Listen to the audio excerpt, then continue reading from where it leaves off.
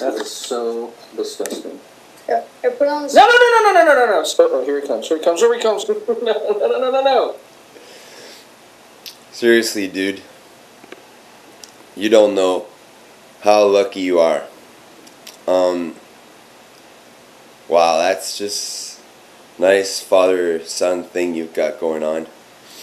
And, this is a message for Chase. Okay, well, Chase, first off, I want to tell you, you don't know how lucky you are. Not because Renetto's such a cool guy and all that. No, that's a cool thing. But the first reason I'm saying this is because, first off, you have a dad right now. Happens to be a cool dad. And you have so many videos. Man, you have stuff about your dad that you can look at when you're older and say, wow, this was my dad, you know? Let me tell you a story. When I grew up, actually when I was born, I was afraid of my dad. I don't know why. I was this like tiny baby and he'd pick me up and I'd start crying. And I guess I sensed something or whatever, but anyways, that's the sort of relation that started at birth. And the relation with my dad kept going kind of like that until I was 18 years old. So he was a workaholic, but he wasn't a cool guy like your dad there. He was okay, but you know, he'd be working all the time. He'd come back home, he'd sit in front of the TV with his suitcase and papers and everything. He'd be working.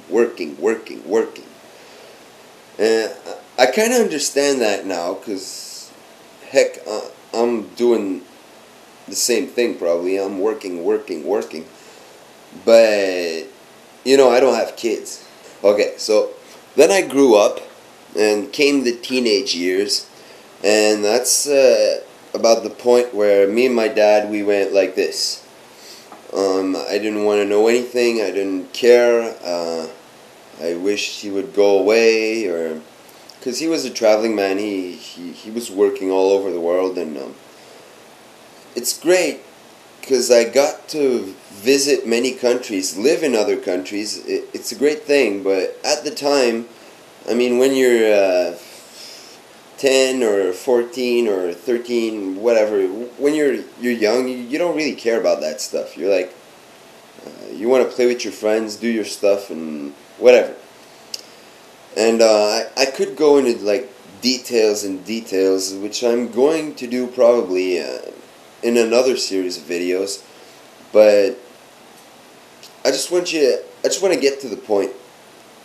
You see, basically, me and my dad, we didn't have this great big relationship. And my dad passed away. I was 18 years old. He was in Vietnam. He lived there for a year. He was working on a contract there. And I stayed in Canada with my mom.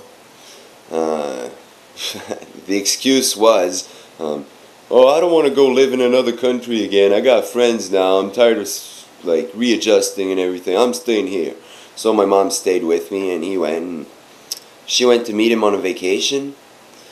And it was a very hot day. My dad was diabetic, and well, he died during the night, and my mom had to take care of all that and bring the body back to Canada, and that was a pretty boring thing.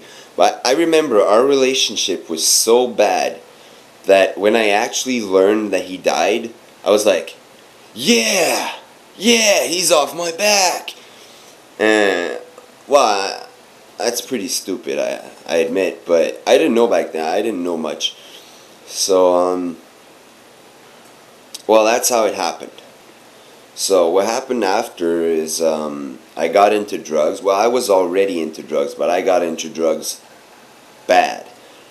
And I moved away. I started hanging out with all the wrong people in all the right places. And that was life. That was my new free life. liberated from my dad. I can do whatever I want. Goodbye, Mom. And then, okay, well, that was bad, but heck, I had to go through it. I don't regret it that much. Man's got to do what a man's got to do, you know, but still, I could have done better. So anyways, maybe 5 years after his death, I started waking up. I started realizing that stuff about my dad, stuff about myself, and then I started trying to quit drugs. Actually, I've been like off drugs for 3 years now. I think 4 or 3 years. It's great. I love it. But still, anyways, off topic. So then I started trying to get to know my dad, because I realized I was a jerk all this time, and I didn't understand. I was a kid. Things happen. But so I started trying to get to know who the guy was. So I asked my mom one day, I remember that.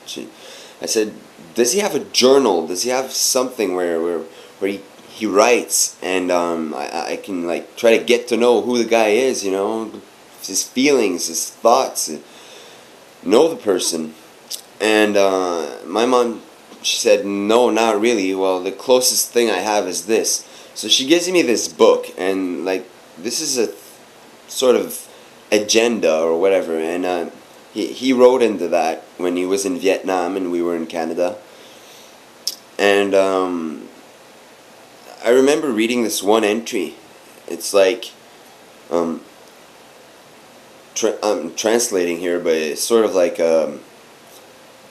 received letter from wife, meeting with vice president of blah blah blah. I mean, no emotion at all. So okay, I knew his meetings, but I didn't know like who the guy is.